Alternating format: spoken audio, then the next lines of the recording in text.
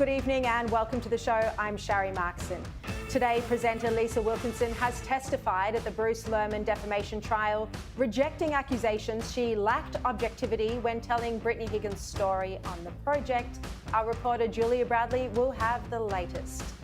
Labor is under pressure to explain why it voted for a United Nations General Assembly resolution calling for a ceasefire when our allies in the US and UK didn't. I'll discuss this with Julie and Lisa in a moment. Former radio presenter Josh Szeps, who sensationally quit the ABC live on air, will join me shortly to discuss rising anti-Semitism in Australia and the feminists who have no qualms about attacking Jewish women. Plus, tonight we've got new exclusive footage from the anti-Semitic Opera House protest, and this should finally silence the skeptics who are gaslighting Jews. That's coming up later in the show. Now, we've been reporting on the 860 Palestinians the Albanese government is bringing to Australia from the front line in Gaza. The opposition has expressed concerns over how security checks could have been done in such a short time frame. The government would need to be very wary about bringing people out of, a very difficult war-torn environment at the moment. Ultimately, the Prime Minister's got to act in our country's best interests, and I don't believe it's in our country's best interests to be increasing that intake at the moment without certainty around who individuals are and the fact that they're going to, be perfect Australian citizens, or as best as we can hope for. So I think that the circumstances and the conditions at the moment are precarious, and I'd be surprised if the government's considering that, to answer your question. But the government was considering it. Now, Australia doesn't have a presence on the ground in Gaza, so it's not actually clear how the security checks were done. ASIO has previously said that checks like this in a war zone could take months. People who are connected to terrorist organisations, who have committed crimes, obviously don't have a motivation to disclose that in the process. And so that's why our intelligence and security agencies, including ASIO, have quite robust approaches in how they test the propositions put forward and the information provided. They don't just accept it at face value, but they need time to do that. Duncan Lewis, the former Director General of ASIO, testified before a Senate committee in 2019 when he said that, in cases like these, it can typically take months to do that level of checking, to have that level of assurance. And obviously we haven't had months to do that for these cases, and it's a very large number. So I want to make sure that the Department of Home Affairs, at ASIO, that our agencies haven't been pressed, haven't been pushed to rush these through. Now, you may remember that the Labor government kept it quiet that it was bringing people from Gaza here who weren't Australian citizens. It was the ABC that reported the story, and they quoted this Palestinian-Australian woman, Ola Al-Adassi. The ABC said that, and this is quoting Ola, most of these people come here without any documentation with them, without any money. They come from this very bad experience in the war in Gaza. We need help looking after all of these people. The ABC article went on to say that Ola Al-Adassi is awaiting the arrival of friends from Gaza and is also preparing a visa application on behalf of her nephew. So Ola Al-Adassi, who's appeared in other media outlets, confirmed she's preparing a visa application for her nephew and is waiting on the arrival of friends from Gaza. But if you have even just a quick look at Al-Adassi's own social media posts, it shows clearly concerning views, like this one, where she wrote, "When injustice becomes law, resistance becomes a duty." In another post, she seems to be celebrating martyrdom, saying that it's not a loss, it's a choice.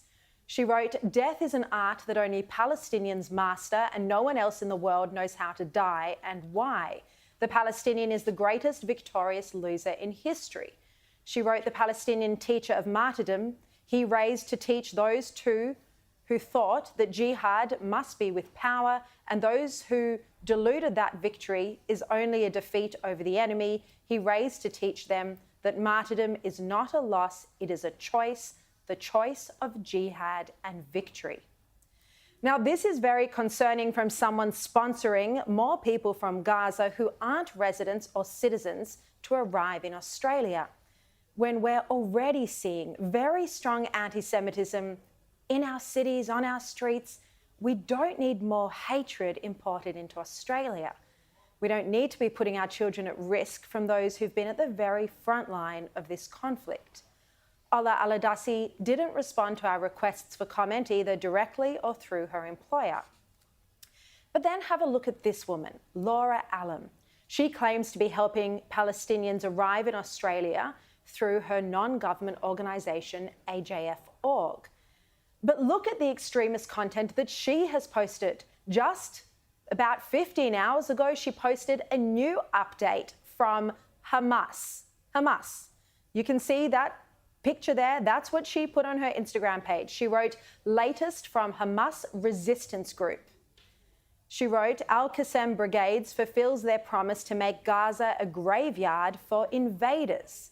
And then this was worse. She said, with Allah's help and strength, our fighters, along with other resistance factions in Jenin camp, targeted the invading occupation vehicles with locally made explosive devices, resulting in confirmed injuries among the elements of the Zionist army. We will avenge the martyrs in Jenin and Gaza. In another post, she said, it is a jihad of martyrdom or victory. I mean, this would appear to be a terrorist sympathiser describing Hamas as a resistance movement. And this individual, who says she's helping Palestinians settle into Australia, is sharing Hamas content and propaganda online. We asked Foreign Minister Penny Wong for comment about this. Her spokesperson said that the Australian government does not engage any NGOs in providing consular assistance to individuals seeking to leave Gaza. People who obtain Australian visas are subject to appropriate identity, security and character checks. Well, that's what Penny Wong says, but there is now clear cause for alarm, or at least concern, about who the government is giving temporary visas to, along with who are the individuals who are sponsoring or supporting the Palestinians coming to Australia. What checks are being done to make sure that those coming to Australia share our values and aren't going to be importing any further hatred of Jews from the front line of the war onto our, they should be, safe Australian streets? Instead of signing Australia up to a biased United Nations motion demanding Israel stop its war against Hamas, Albanese should make sure he's protecting Australian citizens, make sure he isn't providing safe passage to Australia for Hamas terrorists or sympathisers. Is Home Affairs or the security agencies trawling through open source social media to make sure the 860 Palestinians flying here don't have terror allegiances? We have every right to question whether the Albanese government, under Claire O'Neill and Penny Wong and Andrew Giles, will be making sure that anti-Semites and those who celebrate jihad aren't being flown right into our major cities, especially when they continue to turn away from the exploding crisis of anti-Semitism happening now under their watch, and instead prefer to lecture Israel and ask it to retreat when it still has hostages held captive in dark underground tunnels. All right, joining me now is Liberal MP Julian Leeser. Julian, thank you so much for your time. Thanks, Sharri. Good to be with you. Look, we're going to get into the ceasefire issue, but I'd just like to ask your reaction to these revelations that at least one Australian who's sponsoring Palestinians coming to Australia has expressed clearly concerning extremist views online. Well, Australia is a country based on Judeo-Christian values, and one of those important values is the sanctity of human life. The idea of supporting martyrdom or jihad is about as far from Australian values as I can possibly imagine. I think it's very important that the government, when assessing people who are coming to this country, does the proper security checks.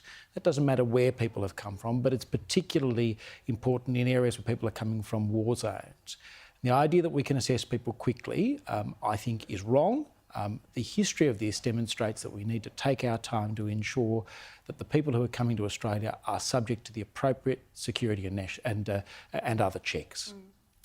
So overnight, or yesterday, we saw that the Australian government joined with 152 other countries in supporting the United Nations vote that calls for a ceasefire.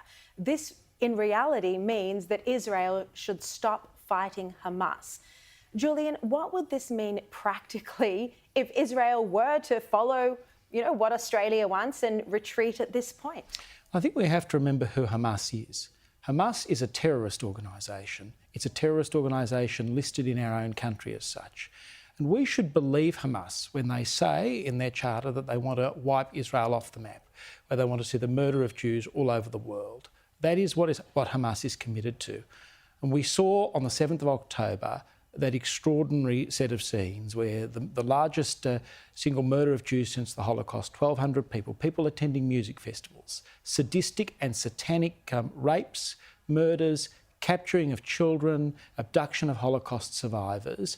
This is what has led to the incursion in Gaza. It's led to this incursion because Israel has a duty to keep its country safe. The important thing here is to remove Hamas as a terrorist threat from Israel and from the world. A ceasefire only legitimises Hamas. A ceasefire only gives Hamas time in order to increase its activities in Gaza. What we want to see is Hamas moved out of Gaza. The only way to do that is to allow Israel to get on with its operations. Look, I'm interested in your thoughts on how Penny Wong in particular, but also the Prime Minister, continually lectures Israel on how it fights this war, this enemy on its doorstep who's kidnapped so many hostages, children, babies, women, the elderly, and yet it's not taking control of the problem of anti-Semitism that's happening under its own watch in Australia. I can't remember a time, Sharri, in my life where the level of anti-Semitism is as high as it's been today. I think the epicentre of anti-Semitism is sadly on our university campuses. I'm part of a bipartisan group who's been trying to encourage universities to sign up to the International Holocaust Remembrance Alliance definition of anti-Semitism, which recognises illegitimate criticism of Israel as a form of anti-Semitism. And sadly, so few of our universities have signed up to this. I'd like to see greater leadership from the government in relation to dealing with anti-Semitism at home. The resolutions at the UN are important because they're an important position in terms of Australia's values. But the most important thing that the government can do is focusing on what it can do to turn down the level of anti-Semitism at home. But on this UN resolution, I think the decision-making around it looks shambolic. We had a situation where the government changed the foreign policy of the country yet again.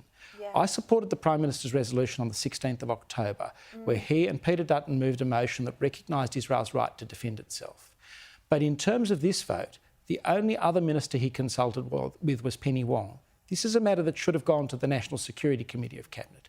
There are agencies under the control of people like Mark Dreyfus, like Richard Marles and like Claire O'Neill, whose thoughts and views should have been brought to bear. And maybe if they had been brought into the discussion, there may well have been a different outcome.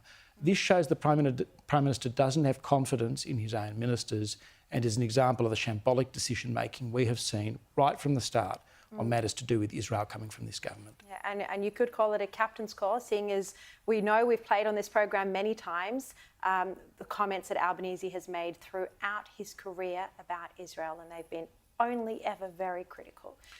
Well, it's not just a captain's call because he brought Penny Wong in here, and Penny Wong's doctrine on Israel has been a doctrine of moral equivalence. Yep. Peter Dutton is right. Yep. This is a time for moral clarity, and what the government has continually demonstrated is moral weakness on this question. Julian, Lisa, thank you so much for joining me tonight. Thank you, Sharri.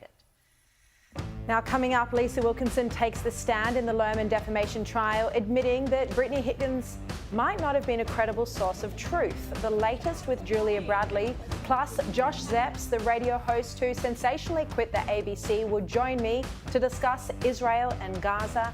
That's after this quick break.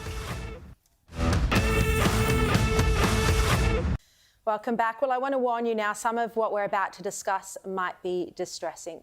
Since the terror attacks on October 7, Hamas, bizarrely, is winning not the actual war in Gaza, but the social media war in the West. Bizarre because Hamas kidnapped babies, children, teenagers, mothers and the elderly. It raped women, burnt and beheaded children, executed entire families while joyfully celebrating and yelling Allahu Akbar. Yet the terror group has found sympathisers among the woke left who claim to stand for everything the Hamas group opposes: equality, women's rights, peace and diversity. Privileged white mummy bloggers and so-called feminists who usually believe all women and would have been at the front of Me Too marches are protesting not Hamas but Israel, and not just Israel but Jews who support Israel, with these mummy bloggers sharing deeply offensive and disturbing content online. Their followers run to the hundreds of thousands, and minute by minute they risk radicalising a young generation of women and turning them against Israel. It's a deeply dangerous trend, and the social media companies, despite dozens of complaints, are doing nothing to stop what I see as blatant racism. Here are some of the worst offenders. Now, I don't follow these women on social media. You can see Clementine Ford, Abby Chatfield, Lauren Dubois, and Constance Hall. And if you're watching my program, the chances are you don't follow them either. But their followings are large, particularly among young women. Clementine Ford is a left-wing writer who wrote in one post that she wishes anyone who supports Israel is haunted for the rest of their lives. She wrote, and to any Zionist or Israel cheerleader still fixated on our propaganda BS, that this is somehow justified.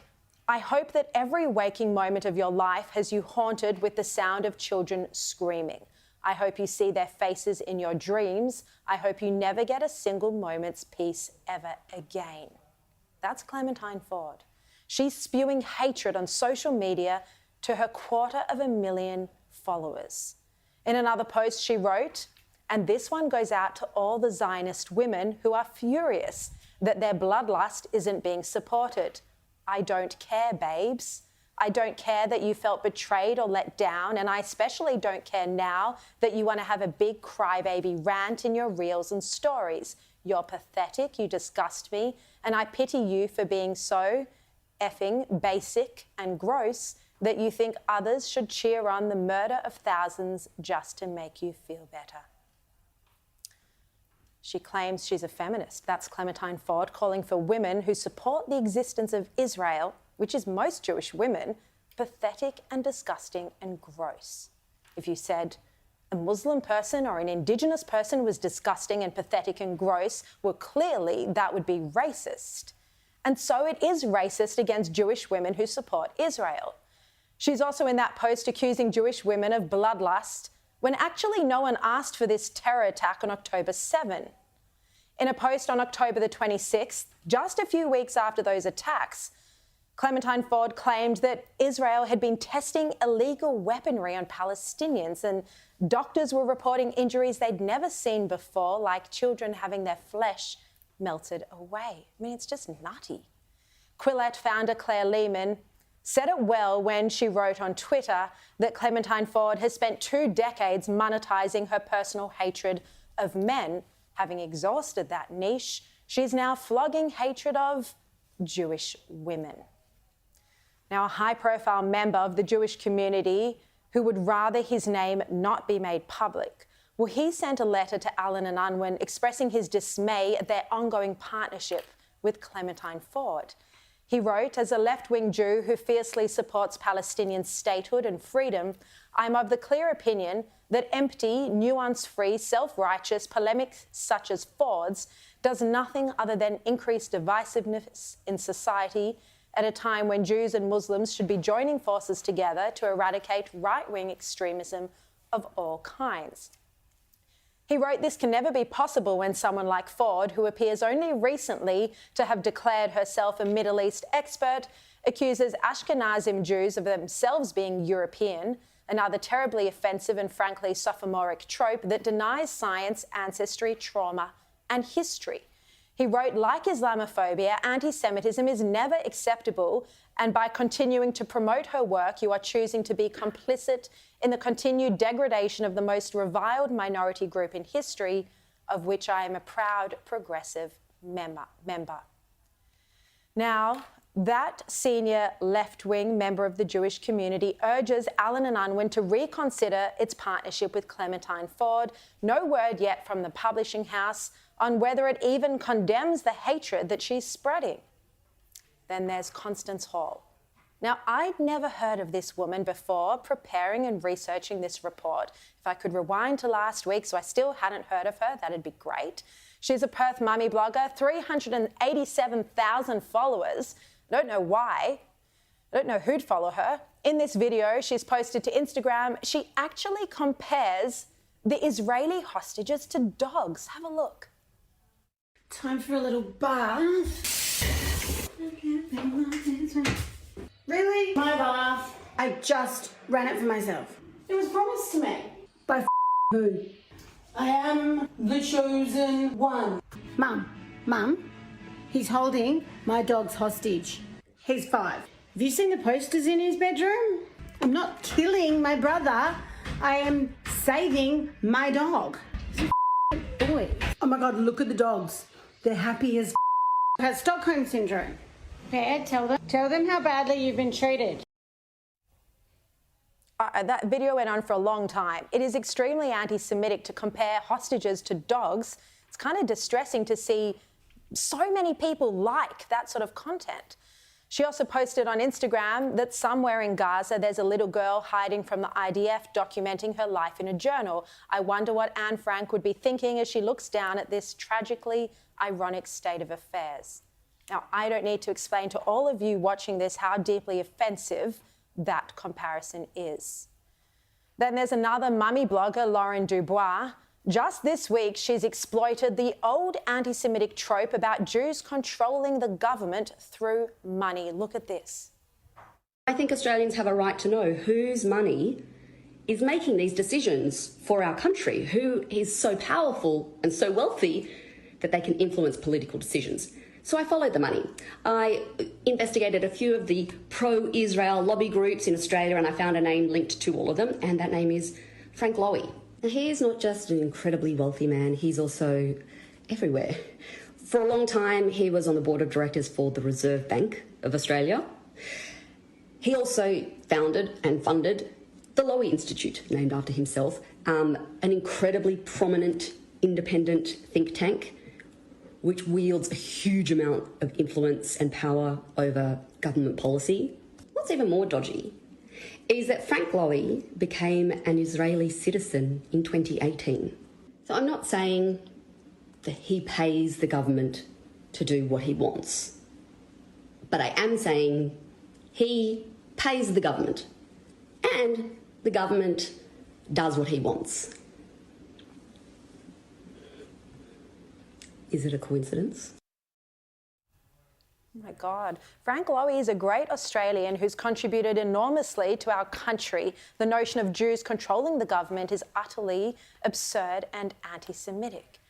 Then there's Abby Chatfield. Again, I'd never heard of her. Apparently she was on the Bachelor television show. I only watch Sky News. She's nearly 500,000 followers and has proudly boasted that the views of Zionists aren't welcome on her podcast. Abby Chatfield said also in a comment, I have said I am biased. I acknowledge that. I will not platform a Zionist. Now, Jewish groups have pointed out that around 90% of Jews support Israel. This means that she's effectively banning Jews from her podcast. Now, being a Zionist doesn't mean you agree with everything the Israeli government does. It means you support the existence of Israel, the right for Israel to exist. So this is clear discrimination against Jews. There are calls for her podcast to be removed for spreading misinformation that harms the Jewish community. These women will no doubt all say that they're not anti-Semitic. They do say that they're purely anti-Zionist. But apart from the fact that this is attacking the majority of Jews, former ABC host Josh Szeps points out that actually it's not up to these people to decide what is and isn't anti-Semitic. He asks, why are Jews the only minority group that aren't allowed to make the distinction about what's offensive to them? Is that the rule that you want to apply to all minority claims of prejudice and indignity? Do you want to say that the person of colour doesn't have the right to say that they found something racist? I was just joking, mate. You can't take a joke. Listen to my words. You're making this up. I didn't say that. This is on you. And if that's not going to become a general rule, then why is it that this one minority obeys different rules than every other minority? This sounds a bit off. The way you're using the term Zionism, the way that we're all talking about Zionism at the moment. Now, one thing that many of these influencers have in common, particularly Clementine Ford, is that they pick on other women. They screenshot their private complaint messages and post it publicly to their hundreds of thousands of followers and spark a pile-on. In one case, a woman had to go to the police station after Clementine Ford published threats against her. The woman said she was receiving hundreds of horrific messages from followers. Now, these 4 women that I've just shown you and others like them are not feminists when they're not outraged by the rape of young women on October 7. They're not feminists when they encourage pile-ons of other women on social media. Now, the Australian's columnist Paul Kelly, who was on this program earlier in the week, wrote in his column on the weekend that the left is making a fatal moral mistake in embracing the Palestinian cause without question when it can't disentangle that cause from the violence intrinsic to the identity and meaning of Hamas as seen in its assault of October 7.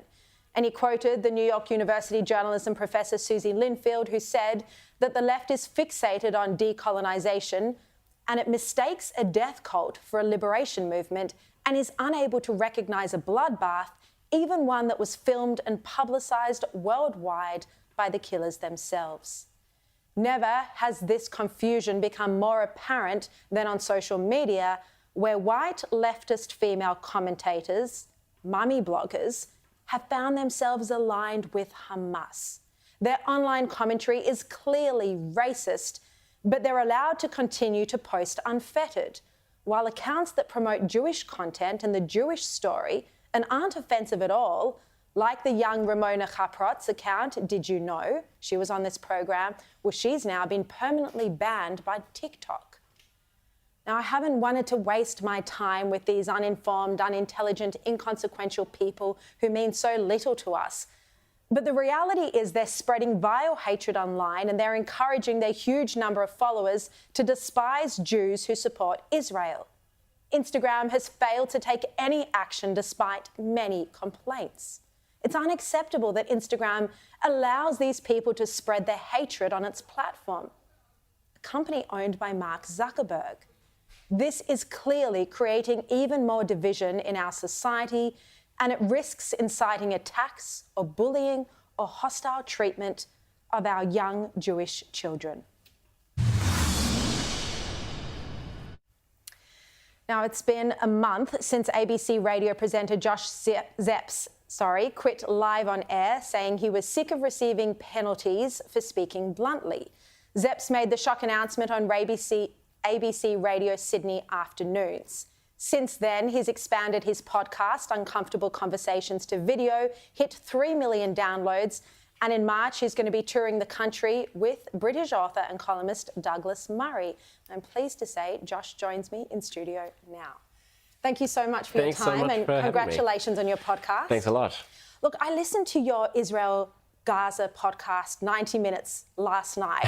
90 minutes of just me ranting, I should say. Well, or thoughtfully ranting, perhaps. It is thoughtful because you actually present both sides in this intellectual discussion that you have, I suppose, with yourself. Well, yeah. I mean, it's a way. I've been wrestling with this, as I think we all have, for months now, and it's been tricky to find a Palestinian interlocutor who I think I'll have a productive conversation with. Most of them don't want to talk to me, and I empathise. I mean, I'm a supporter of a Palestinian state, of 2 states. I'm the grandchild of Holocaust survivors. I think for a start, I disagree with you that we should be trying to get Instagram to cancel people. I don't think we should be getting book publishers to sever their ties with any of the people who you were just talking about. I think we live in a big, rambunctious, boisterous society. I want to have as many dissenting opinions, even if they bump up against things that occur that land for me as being hateful. But something's happening at the moment where there's this kind of self-righteous self-certainty that is accompanying people's instinctive desire to be backing the right horse, to be on the right side of history, to be supportive of the poor, disenfranchised, brown-skinned people over the white people who wear suits and went to fancy universities, who own all the bombs and the rockets. And it's doing our heads in. And I mean, as you alluded to earlier in the clip that you played from my podcast, Uncomfortable Conversations, these are the same people who are sort of talking on and on about Zionism, about how Zionists have a bloodlust for babies, about how Zionists hide behind their pretense of of not being white, but they're actually the whitest people in the world because they're colonialists. Even just the phrase "from the river to the sea," or the wearing of a Palestinian scarf or a Palestinian lapel pin, or the signing of a document that 3,200 of my colleagues in the arts signed, saying, that they want to take a Solidarity Day of action in sympathy for Palestine.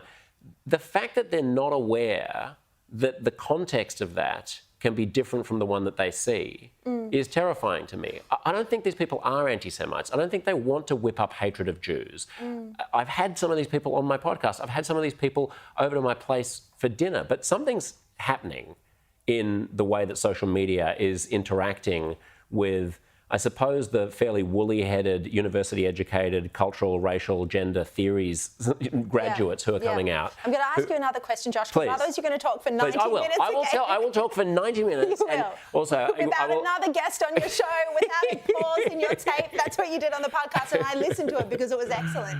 But I want to pick up on that point that I played the clip on my show a moment ago, where you talk about how Jews as a minority group, we're constantly told, oh no, that's not anti-Semitic, I'm just criticising Israel. Why is it that Jews are the only group that doesn't actually get to say, hey, I find that offensive? And because as you pointed out, imagine if a man said to a woman, no, that's not sexist. Well, some of these people who are saying this so much online, who are talking about Zionist baby killers, and who, when Jewish people push back on them and say, that sounds a little bit anti-Semitic to me, so they literally go in and they attack these people and they say, you're making that up. I didn't use the word Jew. I'm only talking about Zionists. Well, hang on. I thought the whole social justice reckoning of the past 10 to 15 years was that I, as a man, don't get to tell you as a woman that what I said wasn't sexist. I thought the whole point was listen to the minority. I mean, why don't Jews count? In the words of the great Jewish British comic David Baddiel, he literally wrote a book called Jews Don't Count, meaning that by the logic of the new politically correct, some might call it woke kind of social justice agenda, we have a set of rules for all minorities, which is you need to listen to the minority. The traditionally dispossessed people get to tell us, the privileged people, about how they want to be listened to, how they want to be spoken about. Those rules don't apply to Jews. Now, some people say, well, I mean, Jews are doing fine, Jews are doing well. That's not a yardstick we use for anyone else. That's not a yardstick we use towards people from South Asia. Hindus in America earn more than white Americans do, but we don't use that as a reason to say that racism against South Asians isn't real. We don't say, oh, you've got lots of money. And how quickly can that money be taken away from you when there's anti-Semitism in the air? Like, it doesn't make any sense. And yet this is a minority that is currently... There is just a massive blind spot around the conversation that is taking place. Even a phrase like "from the river to the sea." I know people who have signed on to "from the river to the sea." You ask them about it, they think it means that everyone between the Jordan River and the Mediterranean should enjoy self-determination of some kind. Well, if it's going to be that banal, if it's going to be that vacuous, everyone's on board with that. Most Israeli governments since 1948 have been on board with that. Maybe not in the past 20 years when we've had right-wing governments in Israel. Most of the world's Jews are on board with that. But do you not understand that "from the river to the sea" can also sound and maybe be misinterpreted as a call for an Arab-Palestinian state all the way from the river to the sea? What happens to the Jews? How can you not see that there would be the prospect for misinterpretation there? And how can you care so little about the feelings and the violation of this particular minority when you claim to care so much about all other minorities that you steamroll ahead with your demonstrations, your self-righteous demonstrations of Palestinian solidarity that do nothing to help Palestinians, that make you feel good, that pander to your followers, and that essentially victimise and exclude a minority community, the only minority community that you don't care about. And, as we point out, or as you mentioned again in your podcast, only 16 million Jews globally. You also talk about in your podcast how many of your friends, broadly speaking of the left, have been asking you why you haven't been signing petitions and joining protests. Has this been something that you have found difficult to explain to them, or have you been having those arguments? I don't have the arguments mostly. I try to have it on my podcast and people can parachute in and listen to uncomfortable conversations to hear me wrestle with those things because I would love to live in a country where we're able to have conversations. Obviously, I try to explain my point of view, but there's so much that is unknown by a lot of these people. I will sit down and I will listen to a Palestinian refugee's story all day, and I will listen to a Jew's story all day. Yeah. But I don't have a huge amount of time for some privileged person who happens to have a good following on Instagram to sit there draping themselves in the Palestinian flag, telling me that I'm wrong. Like, they don't know anything about the history of the conflict. Yeah, and completely uneducated and don't understand what's happening on the streets or in the community as well. And, especially those mummy bloggers, they try and say that this anti-Semitism is something that the Jewish community is inventing. Well, I think, and to be fair, like let's steelman our opponents and sort of give them the benefit of the doubt, right? I do think that historically, right-wing Israelis and the kind of settler movement, I oppose the settlements in the West Bank, but people who've been very right-wing have tried to hide behind anti-Semitism, and every time there's a criticism of Israel or a criticism of Zionism, they pull the anti-Semitism card, okay? I'm not in favour of that. That not every criticism of Israel is anti-Semitism. But if you're banging on every day about how Zionists like killing babies and Zionists are the ultimate white people and Zionists think they're so special because they're exceptional people, chosen people, we can read between the lines. Come on, this is code. Code, exactly. Josh Szeps, thank you so much for coming on. Is this your first Sky News appearance? First Sky News appearance. There you go. ABC to Sky News. I've loved having you. Thank you so much. I hope you'll come back next year. Thanks a lot. No problem. And good luck for your podcast. Yes. Oh, and if people want to see Douglas Murray, come out in March. Yeah, we love Douglas Murray. Yeah, thank you so much. Now, during a heated day in the Bruce Lerman defamation case, Lisa Wilkinson hit back at the former Liberal staffer's lawyer, declaring, "Don't make me sound like a cheap tabloid journalist." The former Network 10 presenter is seeking to defend claims her 2021 story about Higgins' alleged rape at Parliament House defamed Lerman. Julia Bradley has been covering the trial and joins me live from the federal court. Julia, thank you again for your time. Look, Lisa Wilkinson today faced tough questions. How did she handle it? Well, Sharri, this is the first time that Lisa Wilkinson has taken the stand so far, this defamation trial, and what she really tried to do was defend the decision by Network 10 to broadcast Brittany Higgins' rape allegations back in 2021. Now, at one stage, she denied Bruce Lerman's lawyer's assertion that she was entirely captured by her source and the commercial appeal of her story. And there was quite a heated exchange between Miss Wilkinson and Mr. Richardson SC, and here it was. So he said you had no desire to check or scrutinise anything she said. Miss Wilkinson replied, "I totally disagree." He said, "You're entirely captured by your source, weren't you?"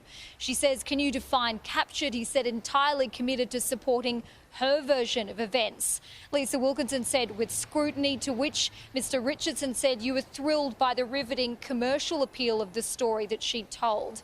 And that's when Lisa Wilkinson hit back, "Don't make me sound like a cheap tabloid journalist, Mr. Richardson." Now, Sharri, under cross-examination, Miss Wilkinson rejected assertions she put her pride and ego ahead of Mr. Lerman's right to a fair trial when delivering her Logie speech in 2022. This was, as we know, just 8 days before the start of Mr. Lerman's criminal trial, which was later abandoned. Now, the journalist denied that calling Miss Higgins courageous was reckless and ill-advised, maintaining her speech was checked before she delivered it. Now, Mr Richardson SC said, I want to suggest to you, you put your pride and ego ahead of my client's right to a fair trial. When you gave that speech, she said, I completely disagree. At that stage, Justice Lee interjected, asking, would you accept that a woman would not be showing unwavering courage if she made a false allegation of rape against an innocent man? Lisa replied, yes, I accept that. He said, does it not follow that if you say that someone's showing unwavering courage, it means they're making a true allegation of rape against a guilty man? To which the journalist replied, yes. Now, Sharri, Miss Wilkinson's evidence goes to Network 10's defence of qualified privilege. This relates to publications of public interest, and it requires a media outlet to demonstrate it acted reasonably. Now, 10 is also trying to use the truth defence to defend its claims, and Miss Wilkinson will be back in the witness box tomorrow. Sharri? All right, Julia Bradley, thank you so much for your reporting all of this week. Really appreciate it. Now, after the break, disturbing audio captured from the Sydney Opera House protest is irrefutable evidence of the vile anti-Semitism corrupting Australia. Bronwyn Bishop will join me after the break. Well, we return to this story about the anti-Semitic protests at the Sydney Opera House. We've been reporting on this since it happened on October 8. But now we're seeing that many on the left are rejecting the suggestion that anything anti-Semitic was chanted at all. Editors at the Sydney Morning Herald reportedly told a freelance journalist that she couldn't write as fact that pro-Palestinian supporters chanted "Gas the Jews" on the steps of the Opera House. They said this was disputed. Then an Upper House Labor MP, Stephen Lawrence, also questioned the legitimacy of the footage in Parliament. He said that real questions were emerging as to whether that particular chant was said, suggesting AI might have even had a role in making the video. And just this week, Crikey published an article claiming that the footage of the protests had been edited by an Australian Jewish group, the Australian Jewish Association. They say it couldn't be verified as true. Well, one of the authors of that article, Antoinette Lattouf, is also in a video that she published to her social media trying to suggest that people didn't say anything anti-Semitic or deeply offensive at all. In this long video, she builds the case that it was edited to add "Gas the Jews." Have a look. So this video was posted by the Australian Jewish Association with their logo included. The video features a series of wide shots, several edit points with different angles, as you can see here, and it's all of the back of the crowd.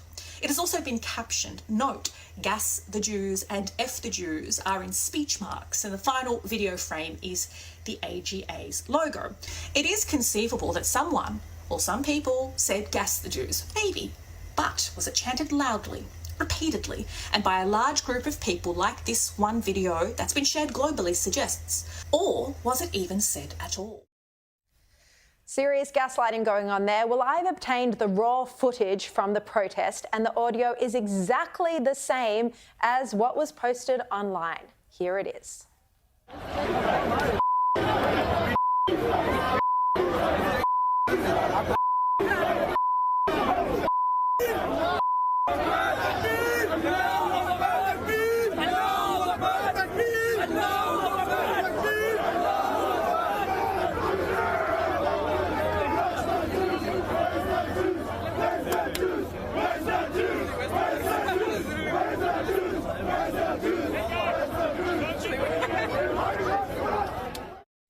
All right, joining me now, former Speaker of the House, Bronwyn Bishop, and senior video producer for the Daily Telegraph, James Willis. Welcome to the program.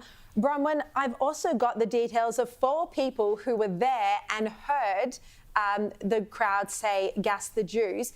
What are we seeing here where people are trying to tell Jews that anti-Semitism isn't happening? We still have people who deny the Holocaust. So why are we surprised that that sort of person who is anti-Semitic and literally is subscribing with saying "Gas the Jews" is like saying "let's have the final solution"? That's exactly what it is. And so it is right that they be called out as people who are not fit to be people who are in any way taken seriously by anybody in Australia. You know, it appalls me in my naivete. I thought at the end of World War II, when it was said that it must never happen again, that anti-Semitism had come to an end. And yet it has run like a river through so much, particularly through the Arab world and through other parts of the world. And we've knocked the scab off, and out comes this pouring of pus. No, it's unbelievable. James Willis, I want to ask you about this article in The Australian today by Simon Benson. He writes that Middle Australia is now doing all the heavy lifting when it comes to delivering the Treasurer his budget surplus aspirations. Benson writes that while the budget position is improving, households continue to deteriorate. Do you think that this, budget potential surplus is built off the back of or at the expense of Australians? Oh, Sharri, there's no doubt about that. And I think in the last 12 months, when the Labor government's been focused on the referendum and trying to get the yes vote over the line, they lost track of their heartland. And the reality is that right now, when Jim Chalmers, the Treasurer, collects record amounts of income tax, and the income tax receipts are driving the tax revenue that he's receiving, he's forgotten about where that money's actually coming from. And the reality is that people that have been hit over and over again by the Reserve Bank climbing interest rates from 0.1% to where they are today, when a lot of people took out fixed mortgages, when they were told by Philip Lowe they would remain where they were until 2024. When you look at energy prices, when you look at petrol prices, when you look at the costs of school fees and everything else and all the other costs that have gone up significantly over the last 12, 24 months, there is no doubt that the largest part of Australia, the engine room of the economy, that are the working people, feel absolutely dudded by what they're seeing in return from this mid-year economic financial update, which is there's always help for people that are on welfare. There's always extra money there. The energy relief and everything else that comes with that is always skewered to people that we're told are the ones that are suffering the most, and that is people on welfare, and there are people in that category. But ultimately, if you're earning a quid, getting up every day, you've got your hand out at the moment wondering what's in it for us. Yeah. Bronwyn, the figures show that there was $30 billion of extra personal income tax receipts, and this is partly why the budget is in such a good position. Absolutely. That and the extraordinary prices paid for our coal, gas and iron ore. I mean, the very things that Manic Bowen is over there screaming and yelling has to be ended, and the very things that the Treasurer says, we must kill inflation and we're out there to stop the cost of living going up, their very actions, including bracket creep, is exactly what is making life tough for them. Now, I say it again and again. They say they want to push up wages. It's not a question of pushing up wages. It's what can you buy with the wages you receive. If you push up wages but up goes the cost of living, you're buying less with the amount of money you're getting. So it is the government's fault, and they've got to realise it. I watched Jim Chalmers. He flaps the lips and says nothing. Oh, we're feeling sorry for you, or this or that, but nothing actually is done. James, do you think this issue, cost of living, could cost the Albanese government a second term? Totally. I think it could cost any government another election. There's no doubt about that, Sharri. This is white hot at the minute. People are really, really doing it tough. And Bronwyn makes an excellent point simply on the cost of electricity bills. Now, we've been told over and over again that renewables are the cheapest form of energy. We've just had the major UN summit where the whole world said we're going to switch off fossil fuels all at once. But what we're paying here in a country that's rich on resources and coal and gas that the rest of the world wants, people are paying through the nose. They've had enough of it. And the plan that Chris Bowen and others have in place is simply not washing with them, and certainly at the ballot box, that could be a major factor heading into the next few years. Yeah. Look, I'm so sorry to say to both of you, we are out of time. James Willis, Bronwyn Bishop, thank you both so much for joining me.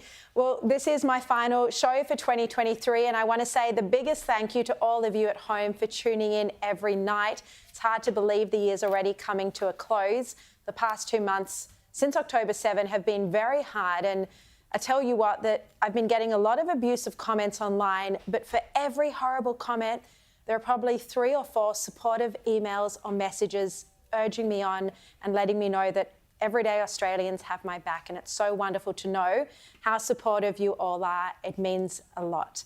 I'll see you back here in 2024. We return Monday, the 15th of January, and I want to wish you all a safe and happy Christmas, Hanukkah and New Year. James Morrow will be up after the break.